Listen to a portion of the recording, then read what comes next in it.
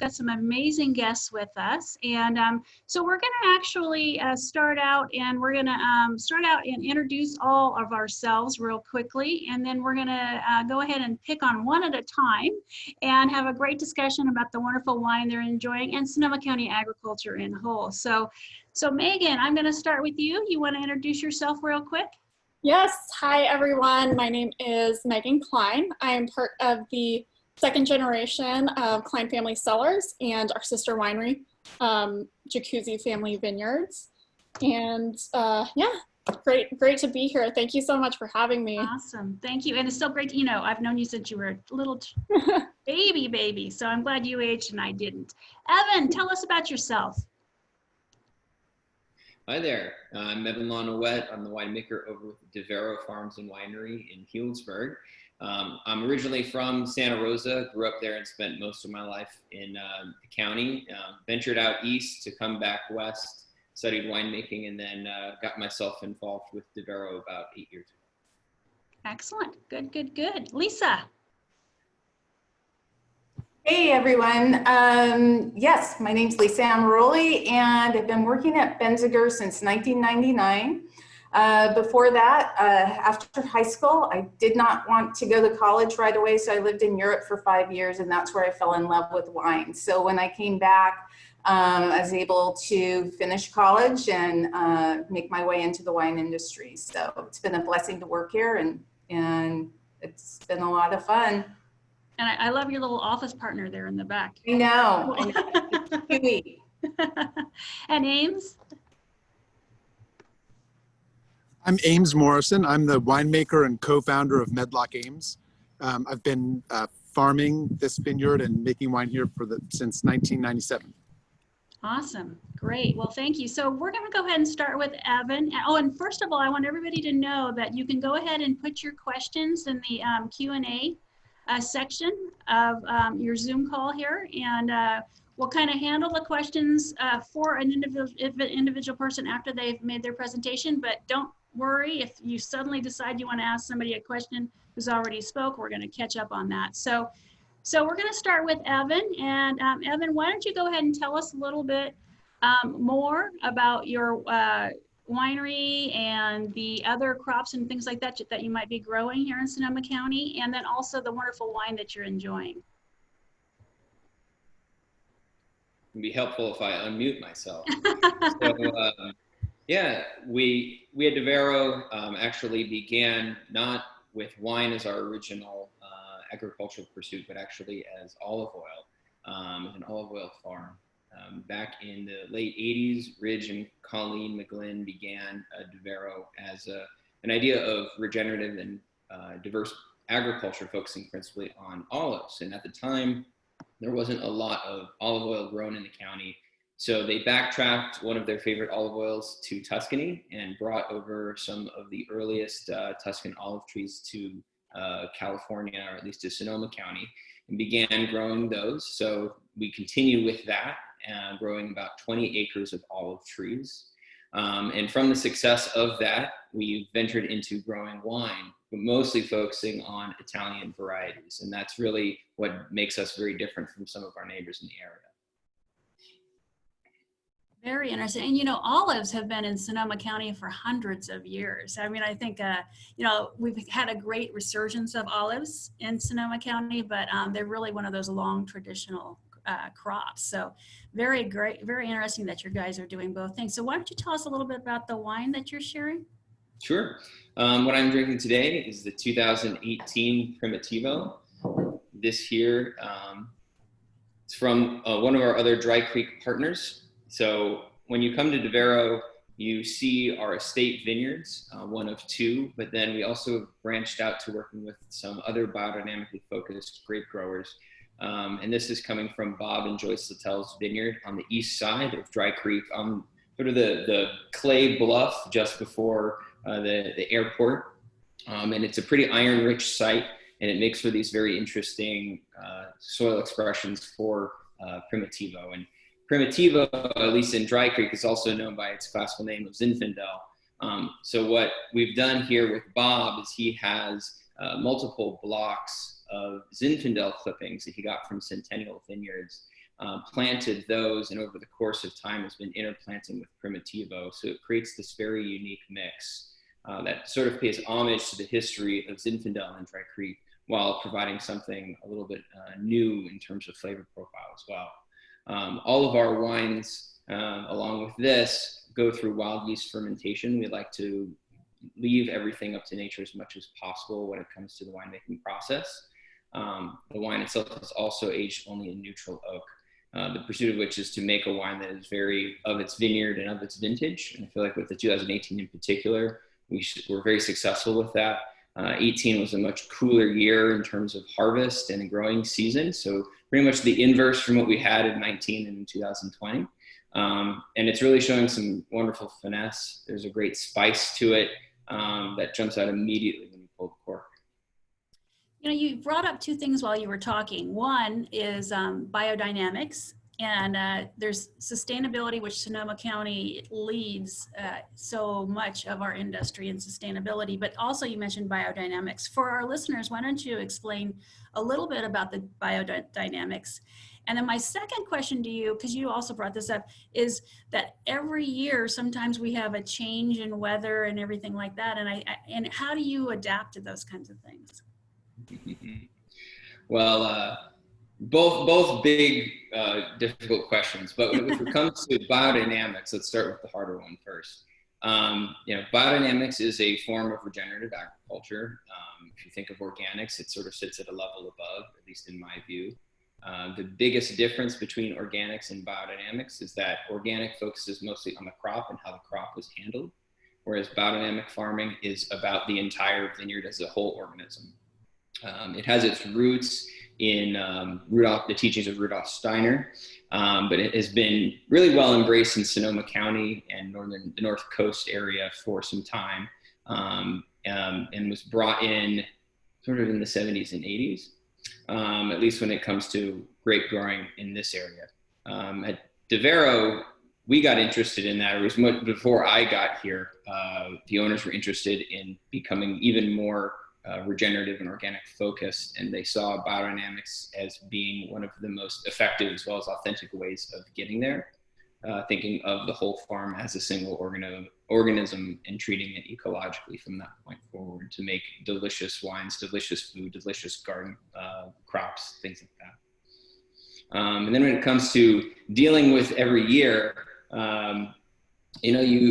it starts with being in the vineyards as much as possible. You really need to understand your fruit. You need to understand how much crop is out there, how that will interact with the heat. And for us, we like to do a lot of our picks by taste, really understanding where we're getting that best flavor from. And so it's really about having that relationship with your vineyards to know when you need to be out there and you need to be picking. And also, you need to get ready as early as possible in the summertime to be able to handle it. Great. Thank you. Thank you. So I'll remind our listeners, let us know through the chat function if you have any questions for Evan. We're going to move on to Megan. Megan, you want to unmute yourself? And great to see you again. And you're one of what, 7? How many kids? 7, right? Yeah. I am one of 7 kids. One of 7. I can relate. I'm one of 6, the best of one of 6. But yes, right, you're the best. Right, of course. Middle child. So. Oh, middle child here too.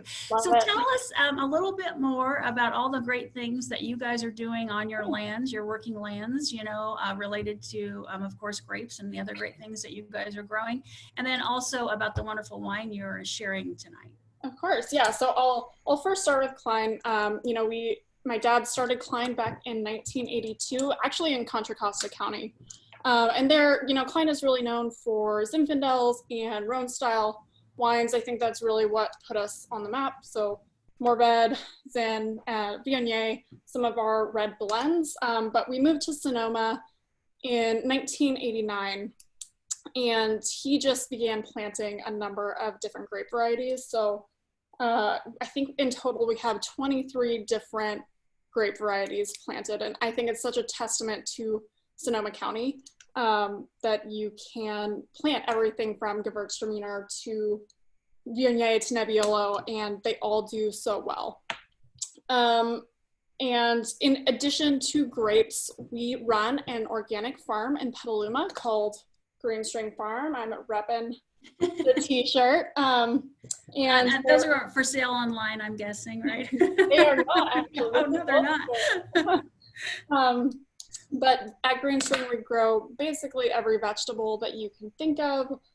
We have a number of citrus orchards, stone fruit orchards, apples, pears, you know, you name it. And then we also raise cattle in Red Bluff, but we sell that, you know, grass-fed cattle through our store in Petaluma. And then in addition to that, we own and operate the olive press, which is located in Jacuzzi Family Vineyards, and grow about 40 acres of olives as well.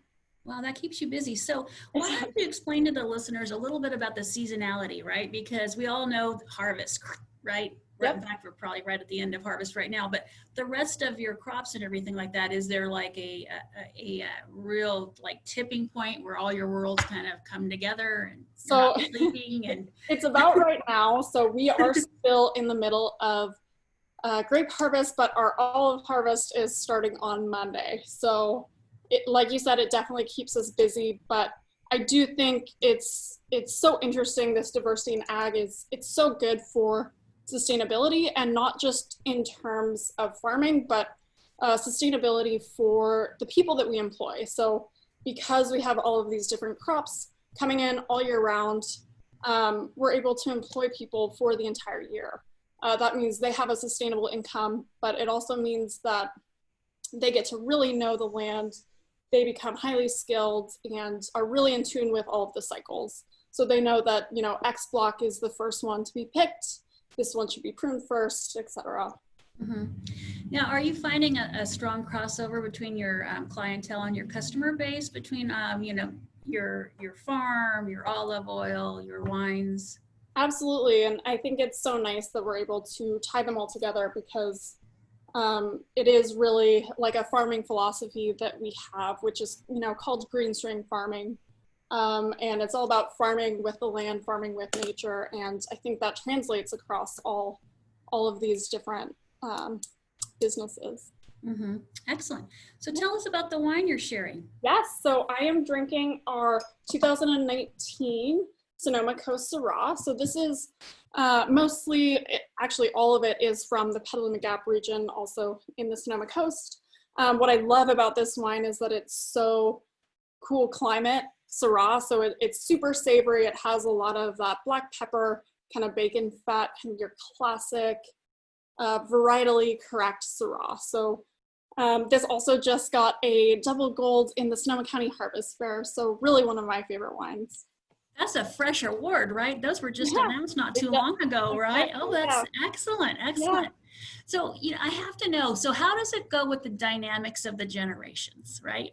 Mm-hmm. You've got dad, and I know your dad very well, right? And so you've got dad and mom and that generation, and then you've got your 7 siblings. So how do you guys work through, you know, how are we going to plant? What are we going to plant? What are we going to do? Is it like sitting around the dinner table, or? We've definitely done that. We just decided to plant some Dolcetto and Vermentino on our Carneros estate, which is exciting. But yeah, it's really a conversation. My parents have been so wonderful in kind of handing the reins to my sister and I.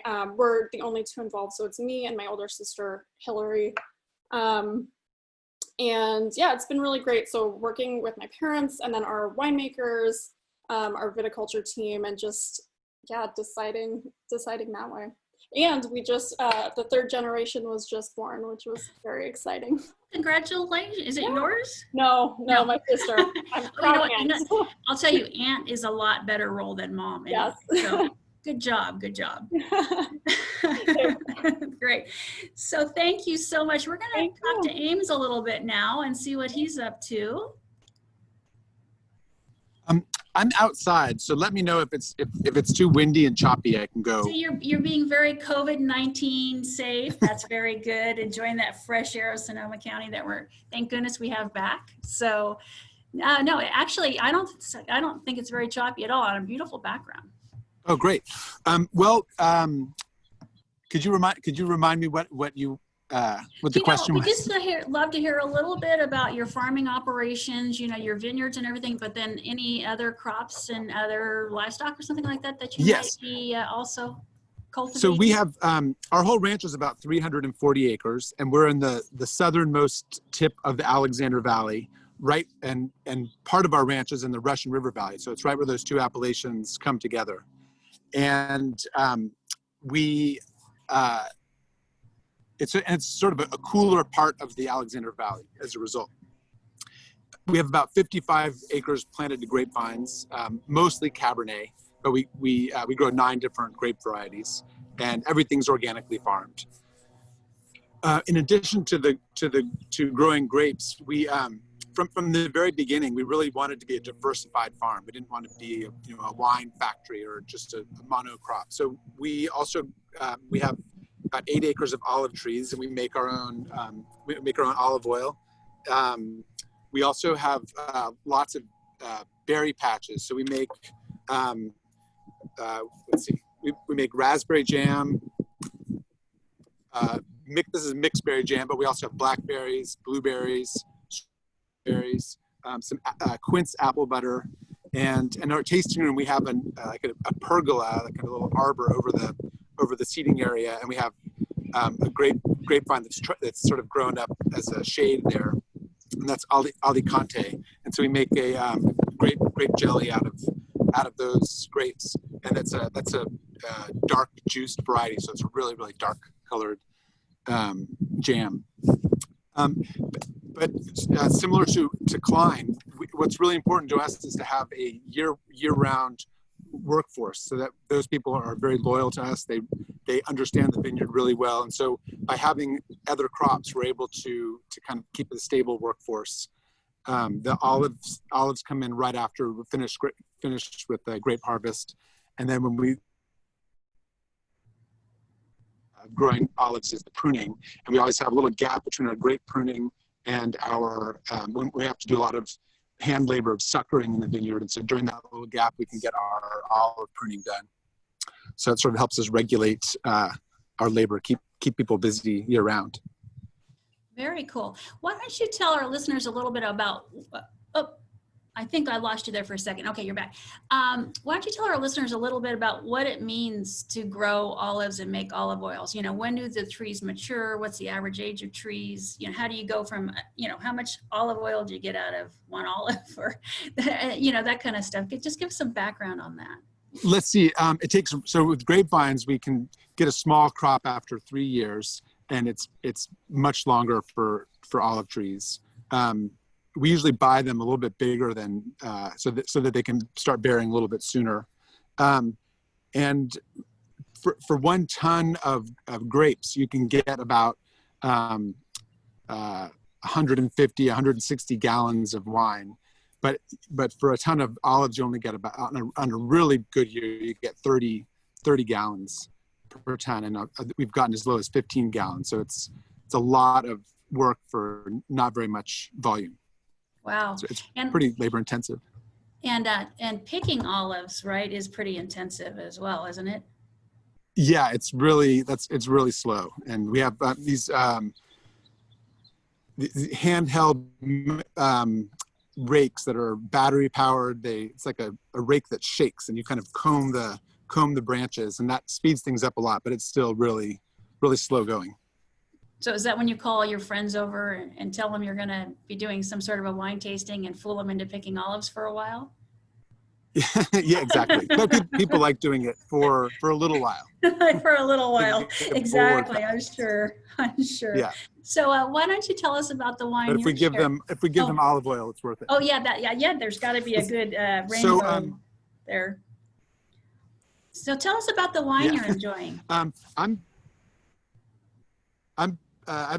tasting some of our 2017 Cabernet Sauvignon from Medlock Ames. I chose this wine because most of our acreage is planted to Cabernet, and it's we make 13 different wines, but Cab is the one that I spend most of my time, the important one to me. And 2017 was a challenging year. It was one of the hottest years we've ever had. But that tends to work in our favor. Our best vintages are always the hottest years. because we're in this cooler climates, we're sort of at the cooler limit of being able to ripen Cabernet. So that extra heat we get helps a lot. Normally, in order to make our cabs sort of full and ripe, we have to blend in a little bit of Malbec and Merlot, and that really helps round it out. But because 2017 was a warmer, riper year, this is 100% Cabernet, and it just has a lot of really wonderful raspberry, blueberry, blackberry upfront aromas, and then it's got some really interesting licorice and cocoa notes that sort of work really well together. And I don't know about you, but because I can't go out these days, I've been a little bit more adventurous in the kitchen. And so one of my favorite pairings with this is with the rack of lamb. The fruit in this really kind of complements the lamb really nicely. And I'm sure you're using Sonoma County lamb for that as well, right? Of course, yeah. Of course. So yes, we have some wonderful lamb grown here in Sonoma County. So, we have a couple of questions, and they're related to the Sonoma Coast. So I don't know if Megan might be a good person to answer this question, or it's actually related just to Sonoma, but is there a terroir-based reason why there's next to no Riesling in Sonoma? And apparently there's only 55 acres of Riesling in Sonoma. Does anybody, any of our panelists have an idea of why that might be so? So I don't know the reason for that, but I will say we have probably 3 or 4 acres of Riesling and just planted more in the Petaluma Gap because we actually love what the Riesling that's produced in Sonoma. So, I'm not really sure a terroir-based reason. Maybe some of the other panelists know, but we actually really enjoy it and think it does really well. Evan, it looks like you might want to answer that as well. Oh, well, I was just going to chime in. I went to school for enology up in the Finger Lakes, and they've been somewhat known with their Riesling. And for me, it gets back to that idea of climate and what do you have at your disposal every year. Riesling, its history is from a much cooler, colder climate, much more north than we have around here in the Bay Area. So I feel like that might be one of those leading factors with respect to what you're going to grow and what you're going to be able to know every year you're going to have, the best. So you're going to choose to plant this grape, or you're going to plant that grape. Mm-hmm. So. And isn't it true there's a lot of transition of varietals, right? I mean, varietals as a wine, varieties as a grape. Yeah, I mean, what you're planting today is not necessarily something that they would have planted 50 years ago. It seems to me that there's a lot of different vineyards being planted now with grapes that we maybe hadn't heard of 20 or 30 years ago. Do you see that? And do you think it's more based on taste, or is it based on just an experimental kind of opportunity? Was that for me or for? Yeah, for Evan. Uh-huh. Sure.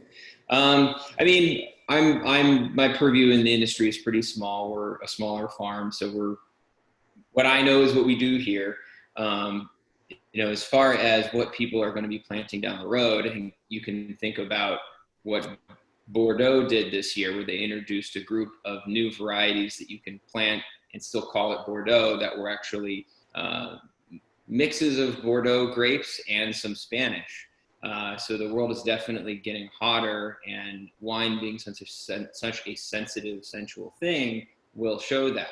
So the direction of this climate is definitely going to be getting hotter, and the question is, what do we want to be growing and serving in terms of balanced wines 10 years, 15 years from now?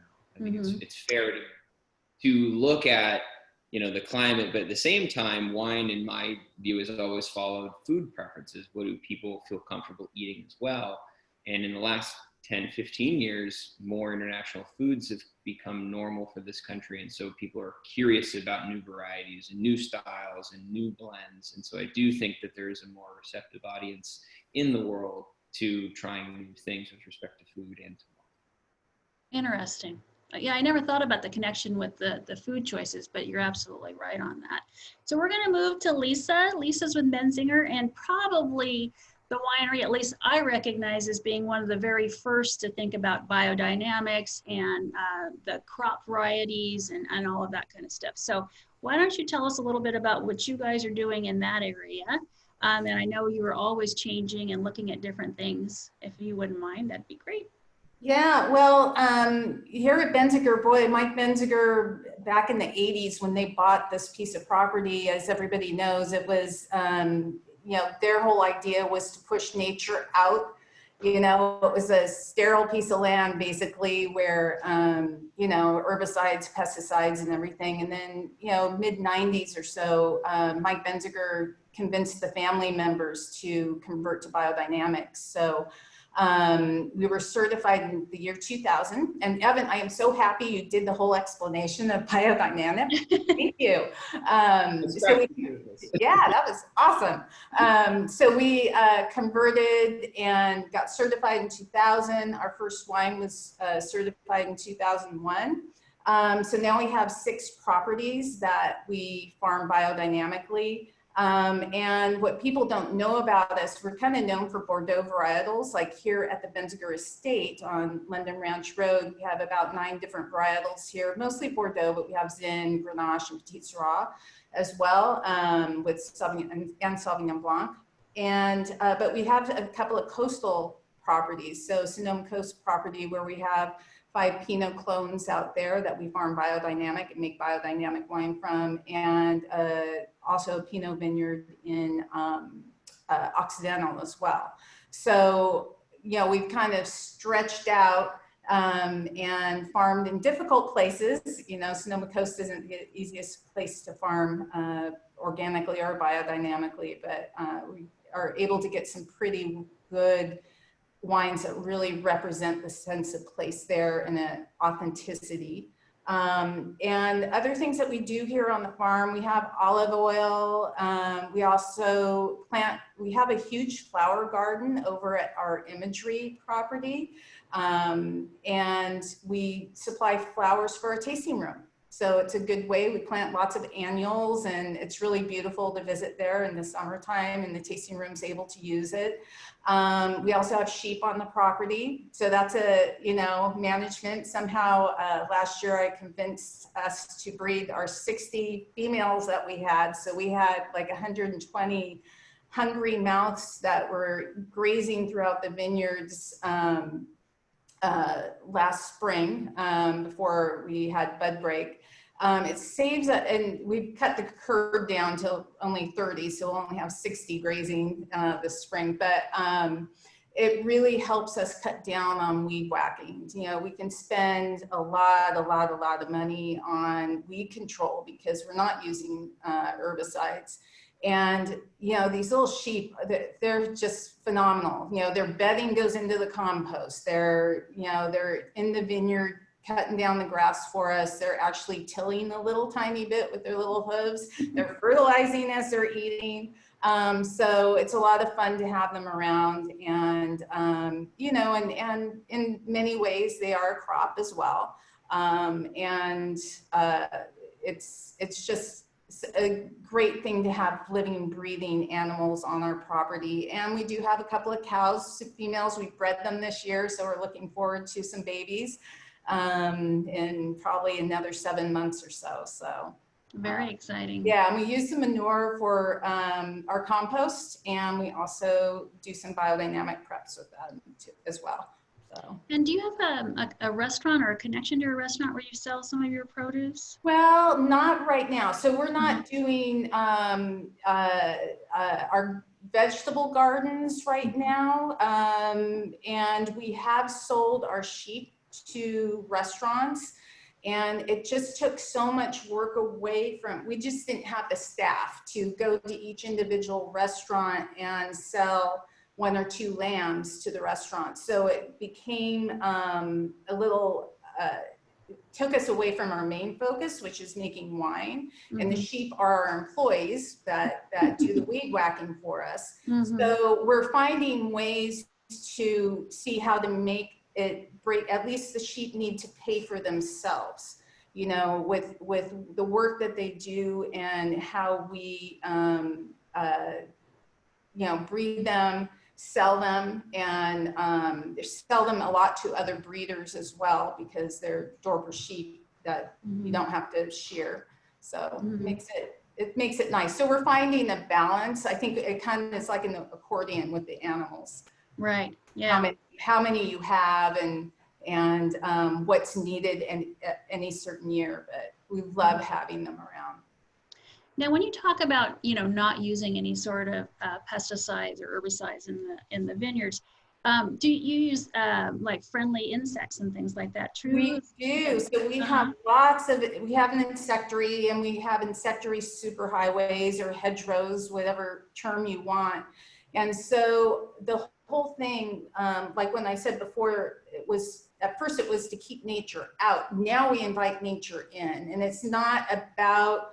It's about balance. It's about a predator-prey relationship that's super balanced. So we still have, you know, the insects that we might not like in here, but we have predator wasps come. We invite them through a living environment so they can have a place to have shelter, rest, breed. And that goes for birds as well. Anything that would come and kind of eat insects or gophers, or just keep things in balance and check. So if you were here on our property, we have about 86 acres of property, and only about 35 acres or so is planted in grapes. The rest is olive oils. We have a little bit of woodland area. We have waterways. We have the insectaries, and the insectaries are kind of like a spoke out through the property. So we've actually taken out vineyard rows to plant insectary rows, so we can get the beneficials further and further out to other blocks in our vineyard. So an insect-free row is some sort of a plant that an insect enjoys, kind of thing? Yeah. So you know, there's many different plants that I can't even begin to name that will plant out there. So, and we have our own little greenhouse, and we actually have an employee in our whole vineyard management team takes care of doing as many replants and grafting as we can to kind of keep it in-house. So we try to, everything that kind of comes in, we like to compost it. It goes out back into the vineyard, and then it's like a cycle over and over again to try to get, again, when it comes back to the wine or the olive oil, to try to get the most authentic wine that we can possibly produce from the piece of property. Very interesting. You know, the majority of vineyards in Sonoma County, or vineyard owners, tend to have another crop that they're and actually some of our vineyard families really started in the other crops, such as cattle, like Cundy's started with cattle and then went into, you know, they had grapes, but they kind of went deeper into the grapes. And so I think that's one thing when I get an opportunity to talk about Sonoma County agriculture, I love talking about the diversity. We have 40 different crops mentioned in our crop report. And so it's wonderful how people aren't doing any sort of unicrop, right? Everybody is looking at ways to grow, whether it's food from vegetables or from livestock, or the beautiful, wonderful wines that we produce here. And I just think, you know, like you've mentioned about kind of creating this biodynamic vineyard, I think in a lot of ways we're creating a biodynamic Sonoma County, and there's so many efforts done right now into healthy soils and composting and that kind of stuff to help with our carbon footprint. So I appreciate everybody is doing such a great job with that, and I really appreciate all the effort that the vineyards are doing too. So why don't you tell us, Lisa, about the wine that you're sharing today and why you've selected that wine? Well, this is our 2016 tribute, and the reason why I'm sharing it is because that was the first one that was certified biodynamic in 2001. Oh. And it's a tribute to, Mike Benzinger started making it as a tribute to his parents, Bruno and Helen, who he convinced to come out here and start this beautiful piece of property and to change it to biodynamics and everything. So, you know, and I'm so lucky to be able to make these wines now. You know, we find it so I guess we don't say these wines are the best in the world, but we want to try to inspire people to think it's a sense of place. So whoever drinks this, we'd like them to think that, oh, I was up on Sonoma Mountain. I had tasted this wine there, and this is what it reminds me of. So it's a Bordeaux blend. So it's about 64% Cab. There's Malbec and Merlot, Petit Verdot, and some Cabernet Franc. Every year that proportion changes depending on the blend. And it's a little mysterious. It has a lot of blackberry fruit.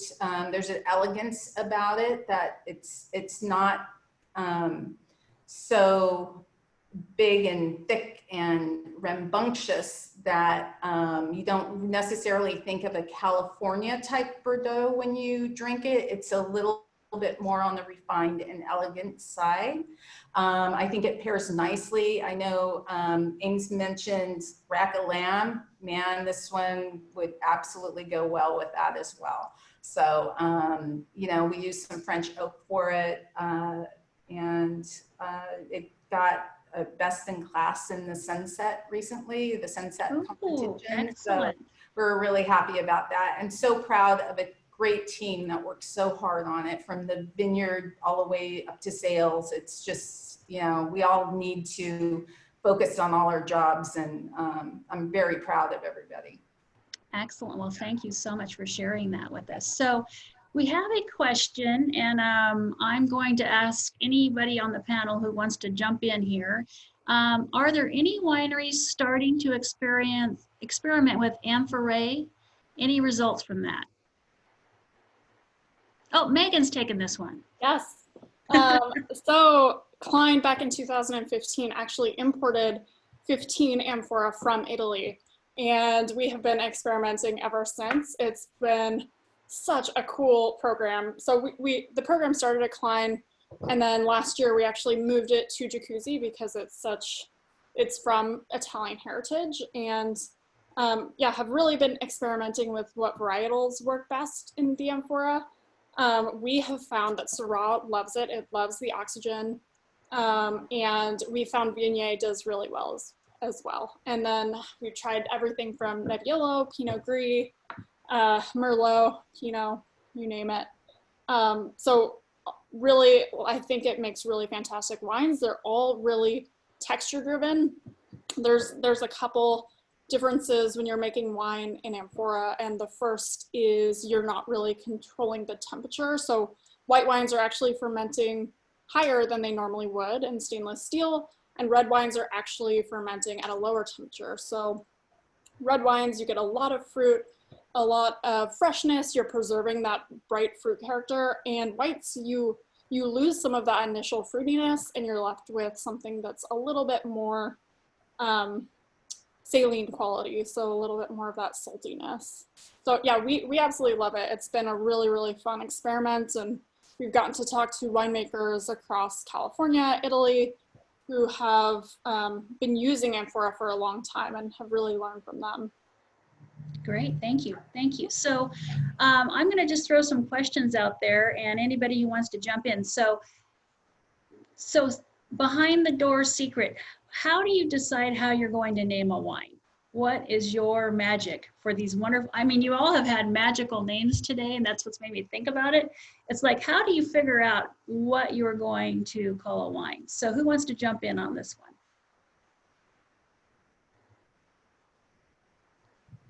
one? I'll take it. Okay. So one of our wines, not the one we're pouring today, is we call it Snake Pit. And oh my goodness. It got that name because our very first year we were suckering in this one Merlot block. That's a little bit too close. There we go. Now? Oh, you know what? We're losing you a little bit. Maybe if you shut your video off, if you don't mind, as much as you love seeing you, but I mean, that might give you a little bit more bandwidth for your audio. So maybe start out at the beginning. We didn't hear the beginning, I don't think, either. Okay, can you hear me now? This is better, yes, Great. So about 22 years ago was our first year in the vineyard. We were doing some suckering in one of our Merlot blocks. and there was a little ravine, and there were some vines planted right around it, and we heard this familiar rattle, and it was a California rattlesnake. We jumped about 10 feet and were scared to death. But so we always call that block the snake pit. Oh, And how so fun. when we were coming up with a name for the wine from that block, we thought snake pit would be the perfect homage to the snakes that live there. And it has a little bit of a bite to it too, so it's sort of appropriate for the name Snake Pit. Very interesting. And Lisa, what about you? Call out one of your wines and how it got Yeah, its Joaquin's Inferno. So our vineyard manager is Joaquin Corona, and he's been here from the beginning of Benzinger. So back in the day, we had, anybody who's been to Benzinger, we're like in a caldera of an old volcano. So we have these really steep sections where it's really hard to get a tractor up or even walk sometimes. And one year, Mike was asking Joaquin, you know what, Joaquin, I'm going to plant some grapes way up on the top of block 7. And Joaquin was like, no, don't do it. I can't farm it. And so Joaquin goes off to Mexico for visit family for a month. He comes back and Mike had planted it. So that he got a wine named after him, Joaquin's house. Very to this funny. day, in fact, it's kind of cool. We just harvested it today. It's with we make it with Zin, Grenache, and Petit Syrah. It's not really a field blend. We have all these different blocks on the property, but I do a co-fermentation. So Joaquin's a lot of fun when we pick that too, because He's got to be proud, huh? He I is hope he takes super some proud. home for those family visits. Yes. Yeah. What about you, Megan? Is there any wine naming story you want to share? Sure, yeah. So I believe it was 2013, we started a wine called Farmhouse, and it is really a tribute to green string farming method. And the picture on the label is a farmhouse, and it is a building that's actually at the farm where we used to have interns come learn all about organic farming. And yeah, that was kind of the reason we named Very it. cool. Yeah. Now, have you named any after your siblings, or have you? Not yet. Maybe you're gonna have to. You got a lot of choices there. So. Well, yeah, maybe it's the third generation. Maybe we'll name something Miles. There you go. Yeah. And Evan, any great stories about naming wines from you? Sure. Your question actually made me think of one wine in particular. Back in 2013, we started making a blend of Sangiovese and Barbera. That's become one of our favorite of our non-Reserva wines every single year. The name is Alto Basso. So Alto is high and Basso is low. And the name just, sometimes names just sort of present themselves. You just go, yep, that's it. We don't need to go any further. It's perfect. Our vineyard here has a valley floor, or our farm has a valley floor property. And then the main farm is up on the hillside where we have a much larger vineyard. And so this was a union of the Sangiovese from up top, Alto, and the Barbera from down low, the Basso. Oh my gosh, very cool. And since Excellent. they're not usually blended together, that sort of like high and low opposites attracting just felt right for that. So creative and talented. I would probably do an A, a B, a C. You guys did excellent with all of that. So anybody who has a question, go ahead and send it our way. But I just want to talk to you. We're all having to, the word pivot is being way overused, but we're all having to kind of change how we do things, right?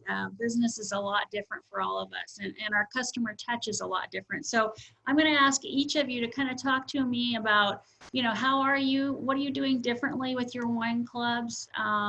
And then also, with your markets, is there any particular place you'd like to shout out as a place where people who are listening today can get your wines, whether it's through your wine club or one of your retail sales areas? So why don't we start with Lisa on this one?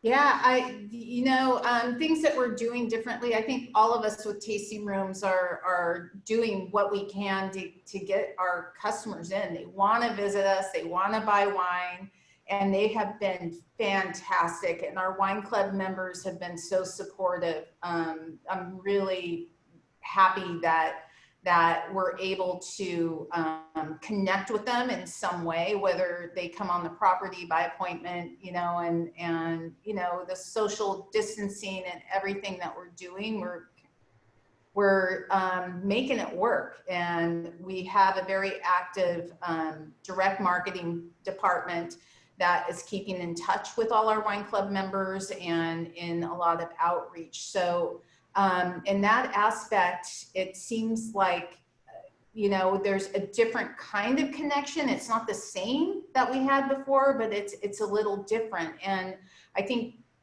there's a willingness out there for people to try a bit different wines and to kind of dive in a little bit and lean into what we do here. And I almost treasure it, because you kind of don't know what you have sometimes until you can't access it anymore. And shout outs, man, I feel for all the restaurants that have suffered, that can't sell wines as much as they had in the past. So, you know, there's too, if I just mention one, there's too many that I would leave out. And so, Right. So thank you, all the restaurants who have supported us. And also, you know, as far as some of our commercial wines, some of our Sonoma County wines, that's more on the sustainable side, you know, we have big markets that are selling them. And it's kind of nice to know that our name is fairly stable, to have a market for people across the nation that might recognize our name. So I think people are leaning towards things that are familiar to them. Mm-hmm. And if they know a name, they'll tend to choose it right now, rather than not always trying something new. If that sounds, Mm-hmm. you know, people are struggling a lot everywhere. Right. And No, absolutely. Yeah. Absolutely. Ames, how about you?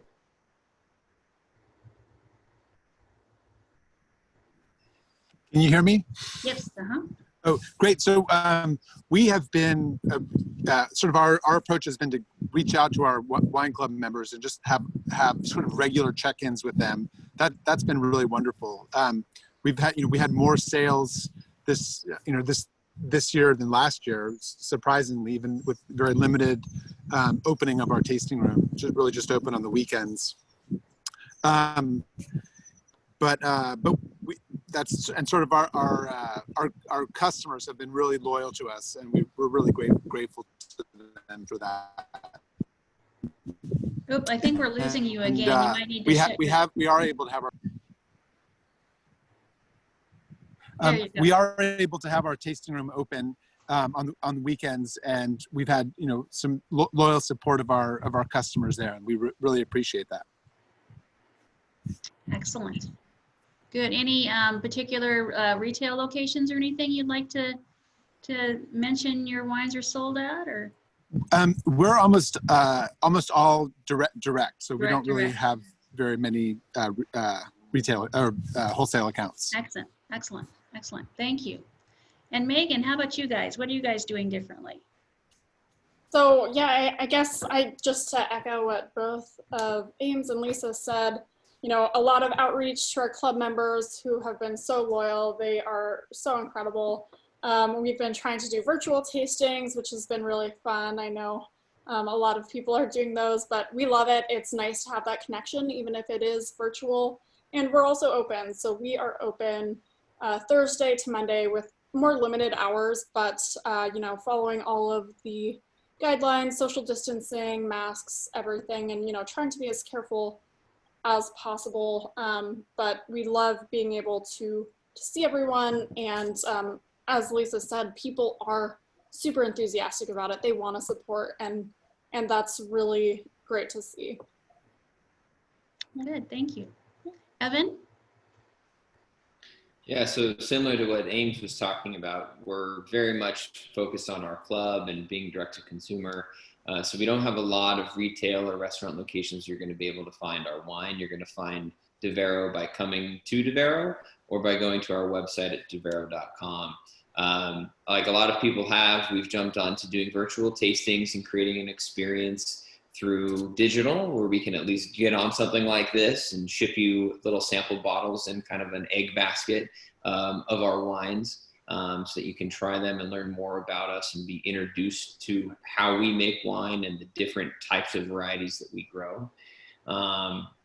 You know, what we've really been most happy with is just our club members have been so dedicated to us. I think everybody recognizes that this is a struggling time for everybody, from their business next door to their favorite winery. And so really it comes down to the support of people in the community in the United States to support wineries, big and small, like ourselves. Yeah, there's an astounding amount of people out there who want to support our wineries, our locally grown produce, you know, that kind of thing. And, you know, I believe it's not just Sonoma County, it's pretty much regional Northern California into the Bay Area. I mean, I think one thing that the COVID experience has educated us all about is the need for locally produced food, local processing, things like that. So I think we can offer that in Sonoma County, and I think people are starting to find that they really need to lift up all of these different crops and commodities and things like that to make sure we always have this wonderful food and wine and beer and cider available in Sonoma County. Yeah, and to jump on that, I think that the folks in the Bay Area in particular, you know, Oakland, San Jose, San Francisco, have sort of rediscovered this wine country in their backyard, where usually folks go on vacations in the summertime and try new experiences, where right now we all have to focus more on what we have regionally. And I've heard this from some friends that have been down in San Francisco and customers that have come through on the weekends that, oh yeah, this has actually forced me to, you know, rediscover my own backyard. So at times it's nice to be reminded of the rewards we actually have underneath our feet that we don't always see every day. Yeah, you don't have to hop on a plane to have a memorable, wonderful experience, that's for sure, in California. So on that same note, I'm going to try to stump the panel a little bit here, or maybe go a little off script.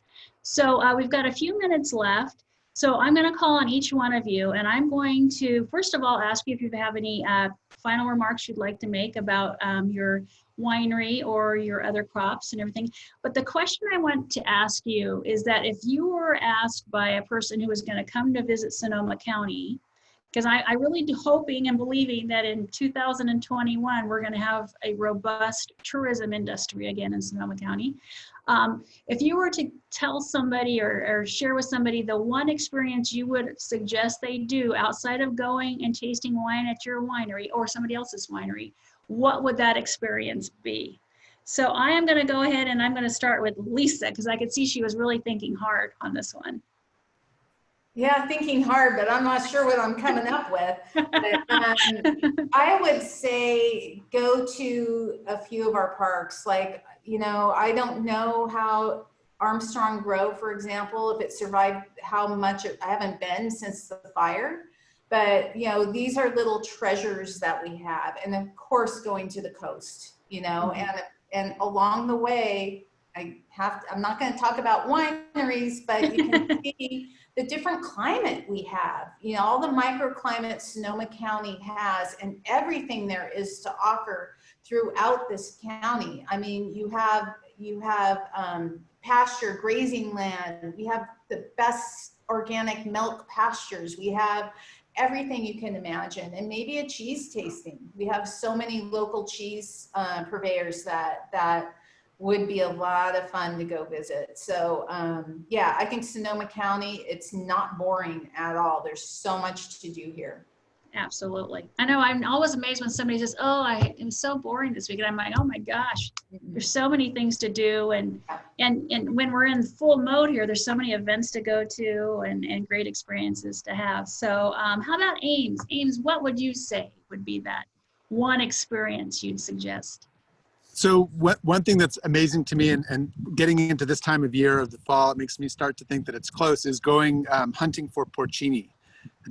I don't know other places where you can do this, but there's this whole world that lives underneath our feet.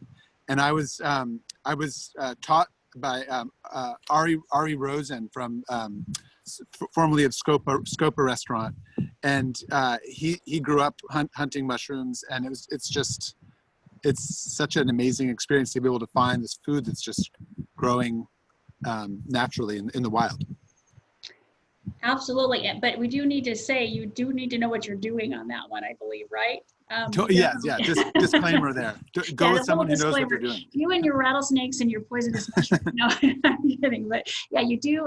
You want to take somebody who's a veteran at that out with you, or at least before you try to eat them, to have somebody look at them. As a child, we used to hunt mushrooms all the time. But luckily, we had this next door neighbor who knew what he was doing, because my dad sure didn't. So, but that's a great idea. That's awesome. You should start tours of doing that. I think people would enjoy that. Good idea. Yeah. So Megan, what about you? Okay, this isn't wine, but I would say visit some organic farms. Green String. Could you think of one possibly? Green String, maybe, just off the top of my head. But Green String is great. We have little pygmy goats. They're very cute. And chickens and, all this fresh produce. But besides that, I would say, visit some of our restaurants. I live right down the street from El Molino, and it is some of the best Mexican food. So yeah, seek out some of those really amazing restaurants that we have access to. Absolutely. And then there's a lot of our farms that do the farm to table experiences too, which are awesome. You get to sit out there in the middle of the field, the chickens are walking by, and exactly. You get to enjoy some wonderful wine and some great locally grown food. All right, Evan, it's up to you now. You're the final panelist on this question. Sure thing. I would say the number one thing to do to really understand Sonoma County, other than try the food and the wine, is to go out to the coast. What we have here actually is on the same latitude as Sicily and parts of the Greek Isles, but because of the cooling power of the Pacific Ocean, we have this very diverse landscape. And going from the inland part of Sonoma County, following out to Jenner, Bodega Bay, and having some seafood, looking around as you drive really gives you that cross section of what makes this place so special and so diverse. That's a great idea. Absolutely agree with that. So we're pretty much running out of time. Unless any of our panelists have any last minute comments or thoughts they'd like to share, I just want to do a big shout out for all our panelists for being here today. You got the good thing because you got to sit there and enjoy a wonderful glass of one of your wines. So I'm sure you enjoyed that part. And I also want to do a big shout out for the Sonoma County Vintners for organizing today's event. I really do appreciate how well, from a standpoint of being Sonoma County Farm Bureau and representing 1,800 members in Sonoma County that grow a diverse number of crops. I just want to say thank you to the vintners for thinking about how important it is to recognize that our viticulturalists are also, farmers. Some of them have dairy, some of them have tomatoes. I mean, so it's wonderful. Honey, bees, that kind of stuff. So it's wonderful how well and diverse our agriculture industry is. So with that, I thank all of you for being on our panel today. I thank everybody who joined in with us. And thank you so much, and have a wonderful, very warm weekend in Sonoma County. Thank you. Thank you. Thanks. Thanks, everyone.